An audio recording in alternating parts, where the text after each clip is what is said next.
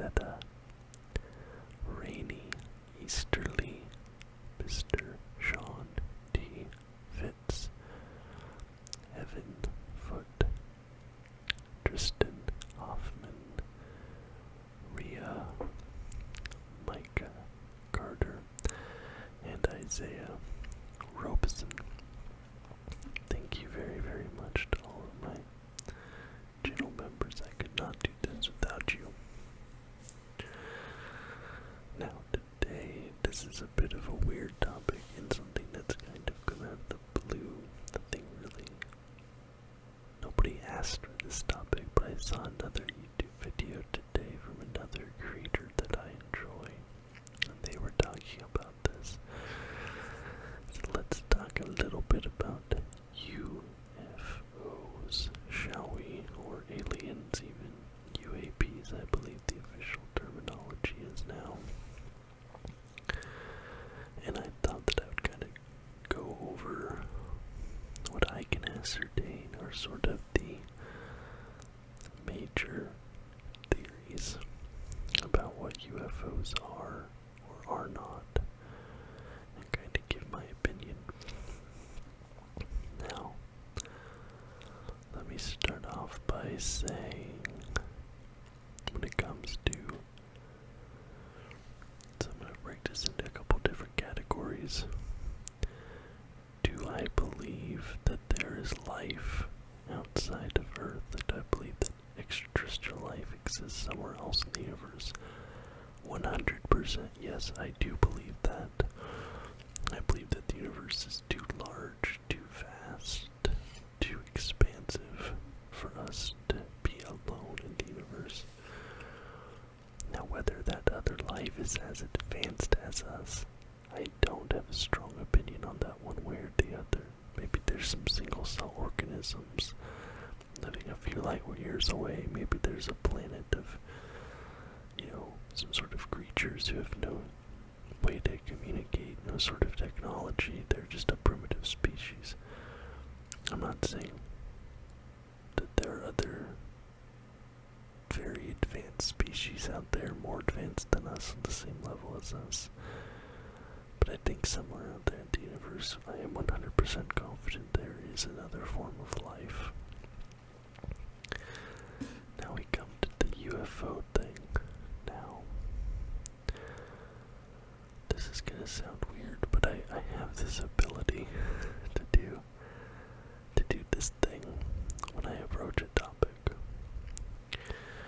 And I've done it with this topic, UFOs. I've done it with different conspiracy theories. I've done it with different occult beliefs, religious beliefs. But I have the ability to approach something with 100% acceptance.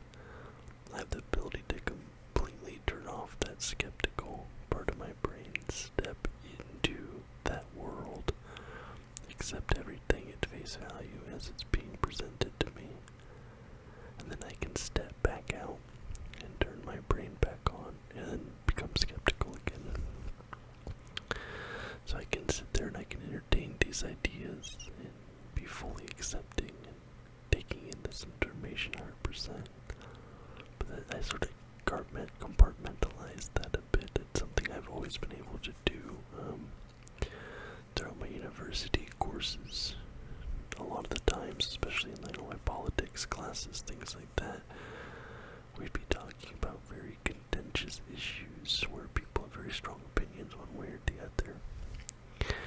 And even if I sort of completely agreed with what the prevailing opinions of my classmates were, or the prevailing opinions of the general flow of the conversation was, they could be saying things that are beliefs, morals, values that I 100% hold dear to myself and that drive who I am as a person.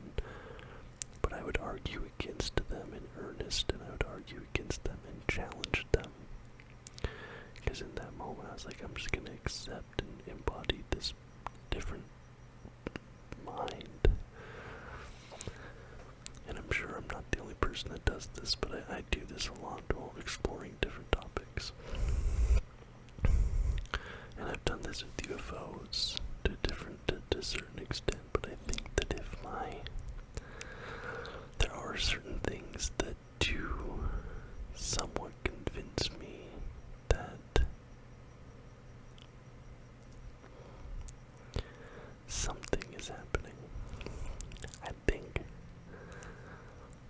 I think I go 50-50 on it, and there'll probably be times where I'm like, the pendulum is swinging more this way, and I'm like 80% bought in, and then other times where the pendulum swings back this way, and I'm like 20% bought in.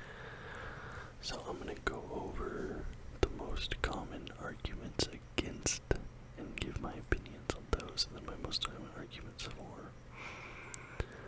Now, one of the most common sort of excuses or skeptic remarks that we see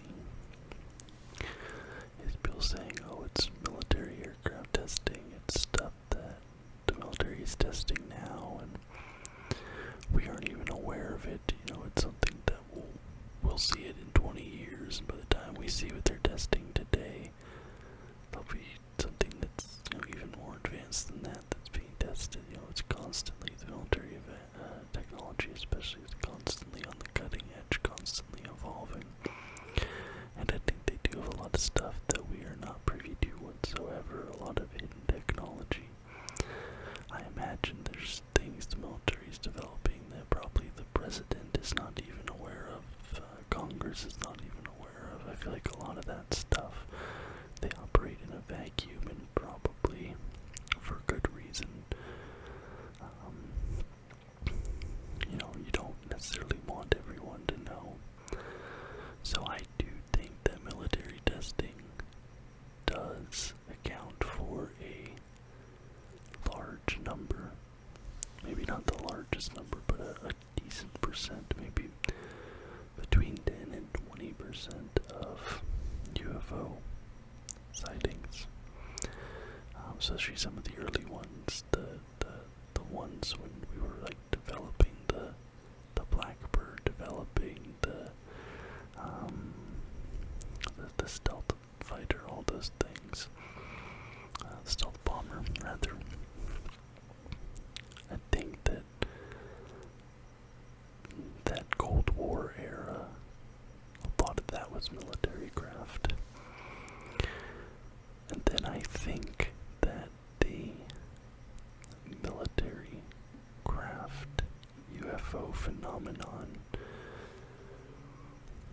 spurned on an even larger group of sightings, which I would say is probably, if military aircraft is 10 to 20%, this is like 25 to 50% of sightings or images, videos we see. And that's just straight up hoaxes. People knowingly faking the videos or photos for some sort of notoriety. And it's all just sort of a snowball effect from the response to early military craft sightings.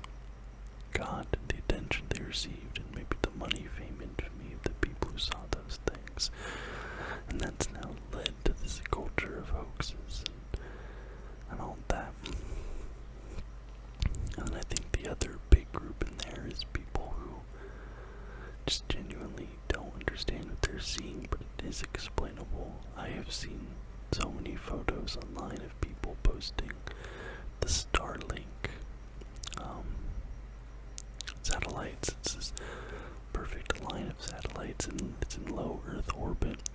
And if you see them across the sky, you could easily be like, oh my gosh, those are UFOs, those, and meteoroids, asteroids, shooting stars, especially nowadays, drones is a big one, planes, other aerial phenomenon like ball lightning, things like that. I think that accounts for a very, very large chunk of UAP sightings. But there is that small chunk, maybe 5% of sightings that people have, or encounters, experiences people have, that I can't help but shake the feeling there is something 100%. Some of the recent footage, the very famous recent footage that came out, it was, discussed in front of Congress and all that. That was I think it was the USS Nimitz that captured that footage of the object in the sky, sort of rotating. That news. I'm sure you've all seen it by now. And I think there's something to those. There's a few abduction cases over the years that I think there's something to the Hill case specifically. I think they're the Hills. That couple, I definitely think there's something to that. There was that UFO case. I think it was either in like Brazil, Argentina, Chile, one of those sorts of places where there was like 20 to 30 school children who all reported seeing a UFO. But all of their stories lined up, and all their stories have lined up, and even over the decades since, like, these kids are still saying the same thing. And I just feel like having that many people, especially children, young children, keeping their story together, not deviating from it, not admitting to it, not like they saw something there. I don't know what, but those kids did experience something. So those sorts of things, in my mind, are give me some credence. And of course, you have some military officials, things like that, testifying. Obama said some stuff. Different militaries, it's the CIA, things like that, saying like, we have non-terrestrial materials, and well, Obama didn't say that, but Obama said, there's things in the sky that we don't know what they are, and we don't understand them, things of that nature. And so even if that isn't aliens, it's something that we don't know what it is, and it behaves in a way that doesn't make sense to us. So even if it is a natural phenomenon, or if it's a different government or something like that, it is still a concern. But those are the cases where I think maybe there's something to this. Although 90 to 95% of UFO, UAP sightings, photos, videos, all that, I immediately dismiss as fake without really looking too further into it. Now, let's presuppose that these phenomena are real, and for the sake of this argument, with the exception of one edge case that I'll talk about, or two rather, let's presuppose that these are some non-terrestrial life forms, advanced life forms piloting these ships. I'm going to talk about some of the prevailing theories and what I think of them, but first, my personal theory, and this is one I had for a long time. I kind of jokingly would say this, and ultimately I think it's more of maybe an interesting concept for a science fiction novel instead of the actual truth. But what if UFOs are future humans on Earth time traveling back in time to observe history? That was sort of my fun theory. Was, that in the future, in the far, far future, where technology is very advanced, there'd be no reason to have a textbook. You could just go back in time and observe the event happening. You could go see the dinosaurs. You could go see Jerusalem. You could go see the Roman Empire. You could go see World War II, whatever. And there's no need to read about it at that. You would just go time travel in this little ship. And that's what that is. That's us from the future coming back to watch us. Part of me thinks that's kind of a cool idea, although I think on the likelihood scale, extremely, extremely unlikely. Now the other fringe theory I'll talk about, and I'm going to call this the Tucker Carlson theory, and this is the one he talks about all the time and gets very emotional about, is the idea that these are, at least this is what I think he's alluding to. He never outright says this because he gets very cagey about it, but he seems to be bought into the idea that UFOs or UAP watchers or the Nephilim, fallen angels from the Book of Enoch. Now, of course, the funny thing is that the Book of Enoch is non-canonical, and Tucker Carlson fancies himself a very Christian man, but he's referencing an extra biblical source. And, me, I have very esoteric interests. I've read the Book of Enoch. I find it quite interesting. And the Book of Enoch is fairly clear that at the end of all that, God casts the Watchers and the Nephilim into Tartarus.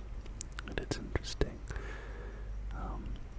Again, because you do measure back then Aramaic, Hebrew, Greek, the term Tartarus, because the Book of Enoch also references Sheol, and Sheol is the Jewish concept of the afterlife and the underworld, and Enoch goes to Sheol, but he differentiates, and this is all in one Enoch. This is all the same author, same time, most likely. This says that Enoch goes to Sheol, but the Nephilim and the Watchers are cast into Tartarus. And Tartarus is the Greek word for Hades, hell. Well, sort of, because Greek does have Hades. Hades, the realm of Hades, the god. And that's a very fiery, dark place where you get the modern idea and concepts of hell. But then Tartarus is different from that, and notably the word Sheol and Tartarus are used separately in one Enoch. So the book is fairly clear that God casts the Watchers and casts the Nephilim basically out of existence.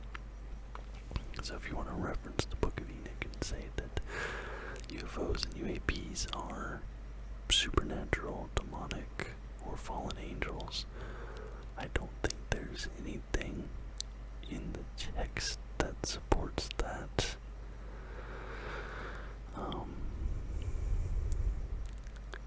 Especially if you're not Orthodox or Catholic, and I believe Tucker Carlson is a Protestant, but the Protestants have even fewer books of the Bible, and they tend to reject a lot of the mysticism and more secretive elements that Catholicism and Orthodox have. And this goes back to my long-held theory that many modern Christians believe or secretly wish that Gnosticism would have won out back in the day. You see so many modern concepts of Christianity, and so much of it, they sound like the Gnostics. I'm not even sure if many of them even know who the Gnostics were or what they believed in, but I'm like, you guys sound like you wish Gnosticism would have won out with the demiurge and all these demons everywhere and dark forces and all this, and they all, it's very, I'm like, anyways, that's neither here nor there, but so I don't buy into that theory at all. Now, of course, the sort of gotcha is that the Book of Enoch references that the Watchers have these triangular portals to heaven. They're not super descriptive, but Enoch basically describes going through Sheol, and there's a triangular shaped portal that goes between Earth, Sheol, and heaven.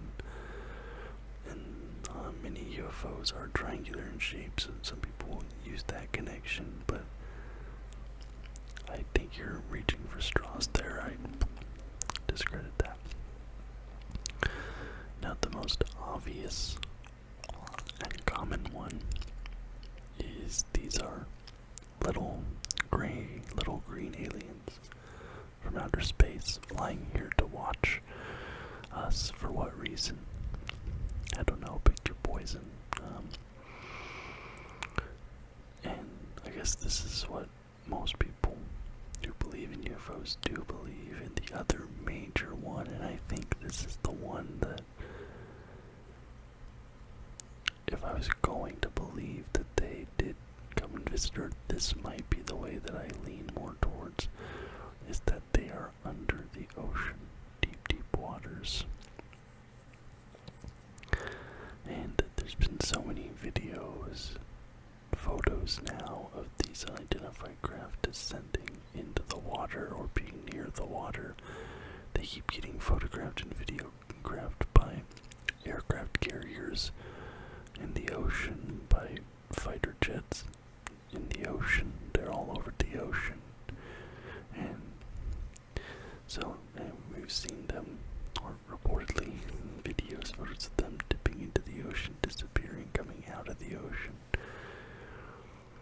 So that is sort of a more interesting concept to me. Now, whether they originally came here from outer space and then secretly set up something under the ocean, I don't have an opinion on that one way or the other. But I think I find that more acceptable for some reason. Especially if you also tied that into there's like things in like the Shasta Mountains, the mountain range in California. Lots of weird stuff out there, lots of UFO sightings out there. It's a very interesting look into it if you ever, but the whole Mount Shasta area in California, you have super high number of Bigfoot sightings, super high number of UFO sightings, really high number of kidnappings. There's that story of that little kid who like found these robotic humanoids in a cave, all that stuff. A lot of weird stuff in that area. If you think about it, like if they're deep under the ocean, if they're sort of subterranean, they could have like a whole network of, coming out into the mountains, all these other underground areas, and connecting entrance underwater, all this stuff. Getting into the weeds there. But I think I somewhat find that more compelling. Because if they're from outer space, my problem with them being from outer space, if they're from outer space, they came here, never obviously made themselves known. You can say, like, oh, maybe they met discreetly with leaders of government, this, that, and the other, but how would they have known to do that? Anyways, but even though they don't seem to have any real purpose or aren't here directly interacting, interfering with us, they seemingly have still hung around. They're still popping up in places. They're still, you know what I'm saying? Like, there's still sightings. So they're still here for some reason, even though there isn't a really obvious explanation. Whereas if they're already here, living underwater, whether it's whatever, however they ended up there, that one makes maybe a little bit more sense, because like, okay, well, this is their home now as well. Maybe intergalactic refugees or something, I don't know what to say, but that makes that's a little bit more compelling to me than them repeatedly coming back from somewhere in space to here for no real reason, or if they came from space, came here and then set up shop. Okay, well, that's why they're still hanging around.